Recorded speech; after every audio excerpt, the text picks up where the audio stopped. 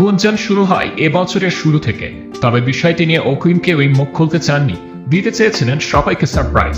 অবশেষে আনুষ্ঠানিক ঘোষণা চলে আসলো, বলিউডের নতুন জুটি হতে যাচ্ছে বলিউড ভাইজান সালমান খান ও দক্ষিণ ভারতের জনপ্রিয় অভিনেত্রী রশ্মিকা মান্দানা। জানা গেছে সালমান খানের পরবর্তী সিনেমা সিকান্দারে অভিনেতার বিপরীতে দেখা যাবে দক্ষিণের এই তারকাকে।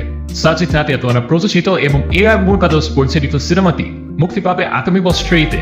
সামাজিক যোগাযোগ মাধ্যম এক্সে 9 মে সকালে রশ্মিকার নাম প্রকাশ করে প্রযোজনা প্রতিষ্ঠান নাদিয়াদওয়ালা গ্র্যান্ডসন এন্টারটেইনমেন্ট। সালমানের সঙ্গে এটি হবে রশ্মিকার প্রথম সিনেমা। বলা হয়েছিল সাজিদ নাদিয়াদওয়ালার নতুন জুটি খুঁজছিলেন, কারণ চিত্রনাট্যে এমনই চাহিদা ছিল। তিনি রশ্মিকাকে তার অংশের চিত্রনাট্যও বর্ণনা করেছিলেন। অভিনেত্রী এটি শোনার পরই রাজি হয়ে যায়।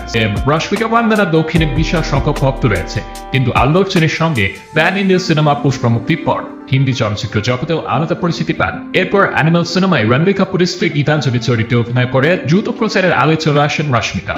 বলিউডের একাংশের দাবি, সালমানের সঙ্গে এই সুযোগ অভিনেত্রী ক্যারিয়ারের অন্যতম বড় মাইলফলক হতে চলেছে। জুনে সিনেমাটি শুটিং শুরু হতে যাচ্ছেন।